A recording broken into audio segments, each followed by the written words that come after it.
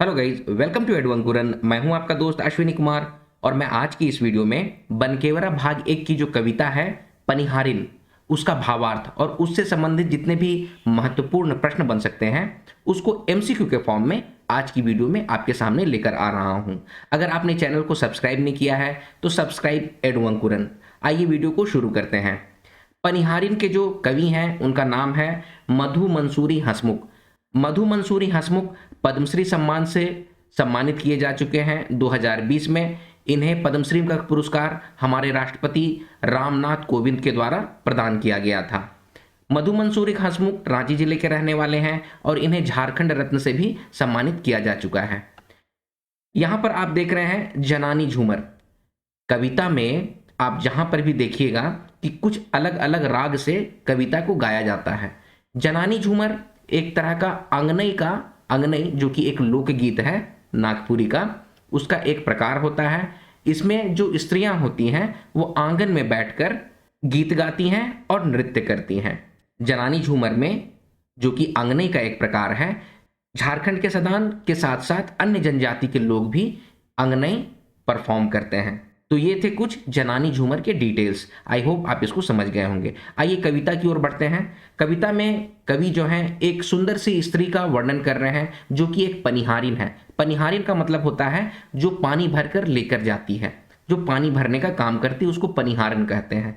तो उसकी खूबसूरती से मंत्रमुग्ध होकर कवि जो है उनकी खूबसूरती को अपने शब्दों के माध्यम से इस कविता में बतला रहे हैं और कहते हैं, ले गगरी गोरी नित नित एहे है डगरी, आबय घरी घरी गोरी आबय घरी घरी, सुनसान मन के नगरी देखब नैना भरी भरी।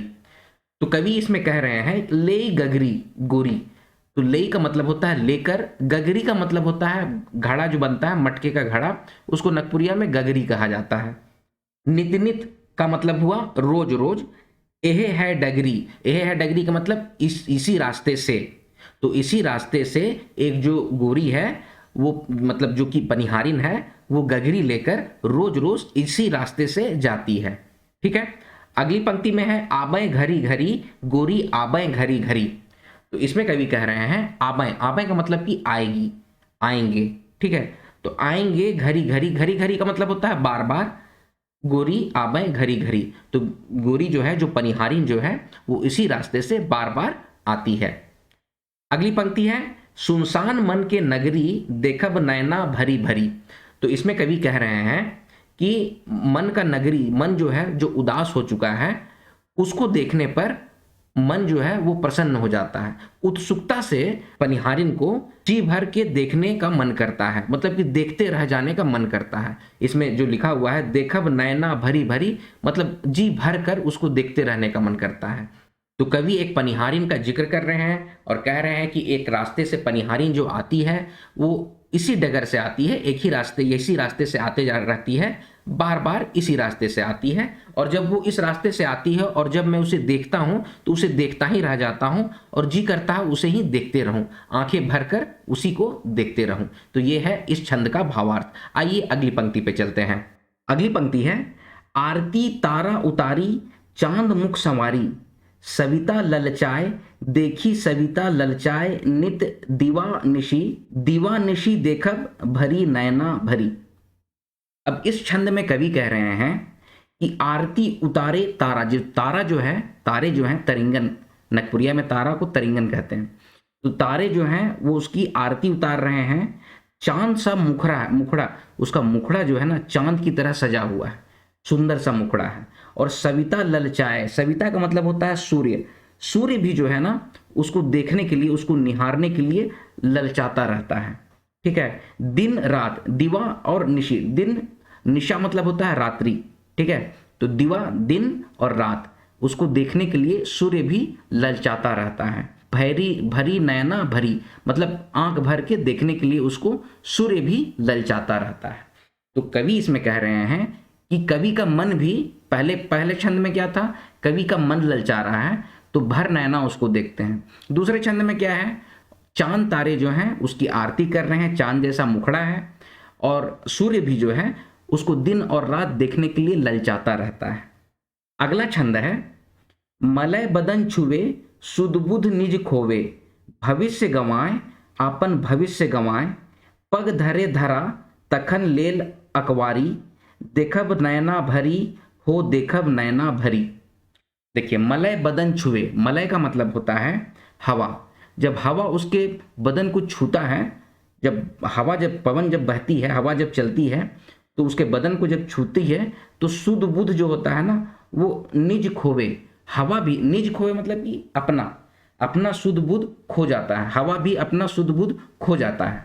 ठीक है, और उसको पता नहीं चलता है कि अब बहना किधर है। इस कविता की पंक्ति में कह रहे हैं कि हवा भी जब उसके बदन को छूता है तो हवा भी सुध बुध अपना खो जाता है और हवा को पता नहीं चलता है कि अब आगे बहना किधर है, किधर की ओर जाना है। ठीक है, आपन भविष्य गंवाए, अब यहाँ पे बोल रहे हैं आपन भविष्य गंवाए, पग धरे धरा तखन लेल अकवारी। देखिए, पग धरे, पग मतलब कि पैर, अपना पैर जो है वो धरा यानी कि धरती पर जब वो रखती है तो कवि को ऐसा लगता है कि उसे अपने गले से लगा लें, बाहों में उसे भर लें। ठीक है, उसको पोटरा लें, अकवार ले मतलब कि अकवारी का मतलब होता है गले से लगा लेना, बाहों में ले लेना, लिपट जाना। ठीक है, देखब नैना भरी हो देखब नैना भरी, मतलब कह रहे हैं यहाँ पर कि आंख भर के उसको देखते रहने का जी करता है। अगला छंद है, सावन शरमाए बसंत बितलाए, कुसुम मलिन देखी कुसुम मलिन, लाली ललित रंगे अंगे सवारी देखब नैना भरी। तो इस छंद में कवि कह रहे हैं कि सावन भी जो होता है उसको देख के शर्मा जाता है और बसंत भी जो है उसको देख के परेशान हो जाता है। देखिए, बसंत जो होता है वो ऋतुओं का राजा होता है, तो बसंत को बहुत खूबसूरत कहा जाता है। ठीक है, क्योंकि इसमें नए पत्ते आते हैं, नई कलियां आती हैं, नए फूल खिलते हैं, बाग बगीचों में हरियाली छा जाती है। ठीक है, इसीलिए बसंत को ऋतुओं का राजा, तो बसंत भी उसको देख के परेशान हो जा रहा है कि यार मुझसे भी सुंदर है ये। ठीक है, और कुसुम मलिन देखी कुसुम मलिन, कुसुम का मतलब होता है फूल, उसके सामने फूल जो है, सुंदर सा फूल भी जो है ना वो मलिन दिख रहा है, गंदा दिख रहा है। ठीक है, मतलब उसके सामने फूल भी टिक नहीं पा रहा है। ठीक है, अगली पंक्ति है, लाली ललित रंगे अंगे संवारी देखब नैना भरी। उसका ललित, ललित मतलब होता है मनोहर, सुंदर, कोमल, तो उसको कहा जाता है ललित। तो लाली ललित रंगे, तो उसका मनोहर, लाल सा मनोहर रंग है, उसका अंग जो है लाल लाल अंग है। ठीक है, और जब वो संवर के निकलती है तो ऐसा लगता है देखते रहें उसको नैना भर के, जी भर के उसको देखते रहें। कवि अपनी इन पंक्तियों में ये कह रहे हैं। अगला छंद है, ओढ़ले दुसाला उर बीचे मोती माला, जीवन निहारी मधु जोबन निहारी, सुनसान मन के नगरी देखब नैना भरी। इस पंक्ति में कवि कह रहे हैं ओढ़े दुसाला, दुसाला का मतलब दुपट्टा होता है, ओढ़नी, दुपट्टा। ठीक है, तो जब वो ओढ़नी ओढ़ती है और उर बीचे मोती माला, उसके गले में, गले से नीचे उतर के सीने में, उर का मतलब होता है सीना में, तो उसके सीने में मोतियों का माला है। और जीवन निहारी, उसका जीवन जो है मतलब देखने लायक है, ऐसा लगता है कि जीवन भर उसको देखते रहें। ठीक है, निहारना मतलब कि उसको देखते रहना। मधु जोबन निहारी सुनसान मन के नगरी देखब नैना भरी। मधु जो है यहाँ पर कवि अपना नाम बतला रहे हैं कि मधु मंसूरी भी जो है ना जोबन निहारी, जोबन की मतलब कि उस युवती को, वो सुंदर युवती को, जोबन का मतलब यहाँ पर क्या होगा, सुंदर युवती को निहारते रहना चाहता है, जो कि सुनसान मन को प्रेम और आनंद से भर देती है, इसीलिए उसको जी भर के देखते रहने का मन करता है। तो ये है पनिहारिन का भावार्थ। पनिहारिन में कवि एक पानी लाने वाली स्त्री का वर्णन किए हैं, जिसमें ये बतला रहे हैं कि सूर्य तारे भी उसका आरती उतार रहे हैं, चांद जैसा उसका मुखड़ा है, सूर्य उसको दिन रात देखने के लिए निकल रहा है, और कवि जो हैं इस तरह के यौवन को देखते रहना चाहते हैं। तो ये है इस कविता का भावार्थ। आई होप आपको भावार्थ समझ में आ गया होगा। आइए अब इससे संबंधित जितने महत्वपूर्ण प्रश्न बन सकते हैं उसको हम लोग एमसीक्यू के फॉर्म में देखते हैं। तो पहला प्रश्न है, मधु मंसूरी हंसमुख कर कौन काव्य रचना बनकेवरा भाग 1 में संकलित आहे। तो आपके ऑप्शन है, ऑप्शन ए पनिहारिन, ऑप्शन बी भूतिहारिन, ऑप्शन सी कमहारिन, या फिर ऑप्शन डी सुंदराही। तो इसका करेक्ट आंसर हो जाएगा ऑप्शन ए पनिहारिन। अगला प्रश्न है, पनिहारिन शीर्षक रचना कौन राग में रचल जाय है के। तो आपके ऑप्शन है option A Jhumar, option B Phagua, option C Domkach या ऑप्शन डी पावस। तो इसका करेक्ट आंसर हो जाएगा ऑप्शन ए झूमर। ये जनानी झूमर पर बेस्ड ऑन है। ठीक है, अगला प्रश्न है आरती डैश उतारी चांद मुख संवारी ऊपरे देवल रिक्त स्थान ठावे का होवी। तो आपके ऑप्शन है ऑप्शन ए ढिबरी, ऑप्शन बी सूरज, ऑप्शन सी तारा या फिर ऑप्शन डी ऊपरे देवल कोनो नहीं। तो इसका करेक्ट आंसर हो जाएगा ऑप्शन सी तारा। आरती तारा उतारी चांद मुख संवारी। ठीक है, तो इसका करेक्ट आंसर हो जाएगा ऑप्शन सी तारा। अगला प्रश्न है कविता के अनुसार पनिहारिन के कवि कखन अखबार लेवक चाहे ना। तो क्वेश्चन पूछ रहा है कि पनिहारिन कविता में कवि किस समय पनिहारिन को अपने बाहों में ले लेना चाहते हैं, पुटरा लेना चाहते हैं।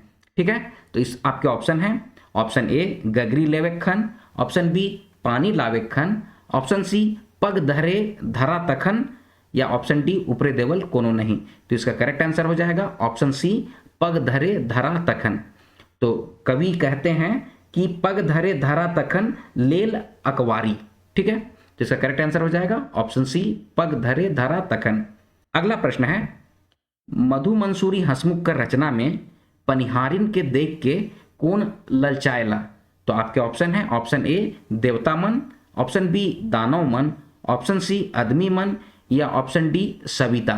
तो इसका करेक्ट आंसर हो जाएगा ऑप्शन डी सविता। सविता का मतलब क्या है, सूर्य। तो पंक्ति में कुछ इस तरह से है कि सविता ललचाए देखी सविता ललचाए। अगला प्रश्न है पनिहारिन शीर्षक रचना कौन किताब में संकलित आहे।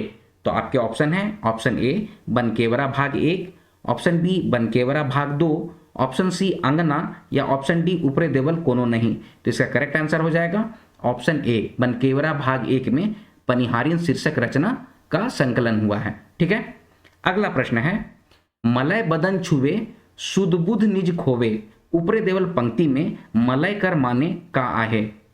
तो आपके ऑप्शन है ऑप्शन ए मखमल, ऑप्शन बी सूरज कर किरण, ऑप्शन सी हवा या ऑप्शन डी पानी। तो इसका करेक्ट आंसर हो जाएगा ऑप्शन सी हवा। मलय का मतलब हवा होता है। अगला प्रश्न है सावन शर्माए बसंत बितलाए कुसुम मलिन देखी कुसुम मलिन ऊपरे देवल पंक्ति कौन कविता से लेवल जाए है के। तो आपके ऑप्शन है ऑप्शन ए बसंत, ऑप्शन बी चांद मुस्काए, ऑप्शन सी पनिहारिन या ऑप्शन डी मनमोहिनी। इसका करेक्ट आंसर हो जाएगा ऑप्शन सी पनिहारिन।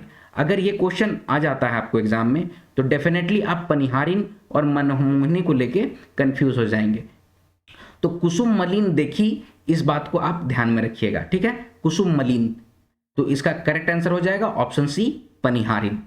अगला प्रश्न है सावन शर्माए बसंत बितलाए तो ऊपरे देवल पंक्ति में बितलाए कर माने का आहे। तो आपके ऑप्शन है ऑप्शन ए बीत जावे, ऑप्शन बी फूल फूले, ऑप्शन सी परेशान करे या फिर ऑप्शन डी ऊपरे देवल कोनो नहीं। तो इसका करेक्ट आंसर हो जाएगा ऑप्शन सी परेशान करे। बितलायक का मतलब होता है परेशान करना। ठीक है, अगला प्रश्न है पनिहारिन का जिनिस के लेके पानी लावे जाएला। तो आपके ऑप्शन है ऑप्शन ए बाल्टी, ऑप्शन बी डेगची, ऑप्शन सी गगरी या ऑप्शन डी डोंगा। तो इसका करेक्ट आंसर हो जाएगा ऑप्शन सी गगरी। कविता की पहली पंक्ति ही है कि ले गगरी गोरी नित नित एहे है डगरी। ठीक है, तो गगरी लेकर, गगरी मतलब कि मटका घड़े लेकर पनिहारिन पानी लाने जाती है। अगला प्रश्न है कवि कर अनुसार का जिनिस सुनसान है के। तो इसमें पूछा जा रहा है कवि के अनुसार क्या चीज है जो कि सुनसान है। तो आपके ऑप्शन है ऑप्शन ए खेत, ऑप्शन बी खलिहान, ऑप्शन सी मन के नगर या फिर ऑप्शन डी डगर। तो इसका करेक्ट आंसर हो जाएगा ऑप्शन सी मन के नगर।